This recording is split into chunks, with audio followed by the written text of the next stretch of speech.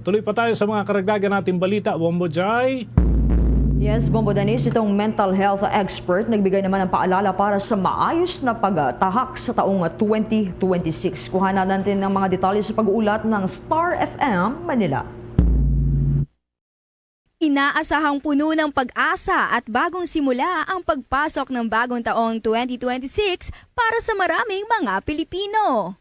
Kasabay nito, binigyang diin ng ilang mental health experts ang kahalagahan ng kalusugang pangkaisipan sa pagtahak ng bagong yugto ngayong 2026. Sa datos ng NCMH, mula Enero hanggang Setyembre ng 2025, nakapagtala ang hotline ng 7,189 na tawag na may kaugnayan sa suicide na pinakamarami noong Hunyo, Agosto at Setyembre. Sa datos ng National Center for Mental Health Crisis Hotline, nakapagtala ng halos 500 na tawag mula nitong December 21 hanggang December 26. Karamihan dito ay dahil sa anxiety at depressive symptoms, kung saan pinakamarami ay mga kabataang edad 18 hanggang 30 at mas marami ang kababaihan lalo na nitong nagdaang Kapaskuhan. Ayon din sa Department of Health, karaniwang tumitindi ang emosyonal na distress tuwing may mga selebrasyon at holiday season.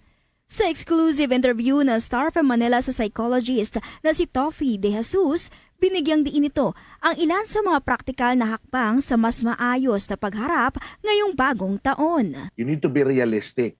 Walang masasabi na walang nangyari sa buhay mo. The mere fact na nairaos mo ang taon na ito, may nagawa ka. So maaaring nalulungkot ka ngayon kasi nangungulila ka, 'di ba? Namimiss mo yung namatay mong kamag-anak halimbawa, o kaya namimiss mo yung jowa mo na nakapag-break sa'yo kung kailan Valentine's itong taon na 'to, 'di ba? Namimiss mo. Pero tandaan mo na hindi permanente ang ganitong sitwasyon. Not to mention, ikaw mismo ang susi sa solusyon ng iyong buhay.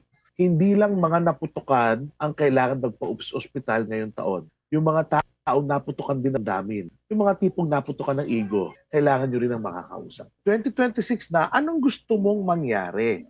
Tandaan nyo mga ka-Star FM, kailangan dito ng intentional living. Ibig sabihin, kung ano ang gusto mo, dapat yun ang direksyon mo. Okay? Huwag mong sabihin, kasi di kaya na to, kasi. The more that you put reasons, those are just hurdles for you to reaching your dreams.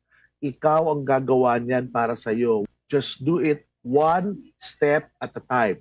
One day at a time. Nagpaalala naman ng DOH sa publiko na bantayan ang senyales ng mental health struggles at agad na humingi ng tulong sa mga profesional o maaaring tumawag sa NCMH Hotline 1553.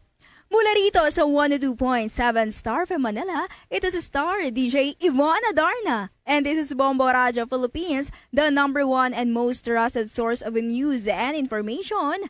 Basta Radio. Bombo!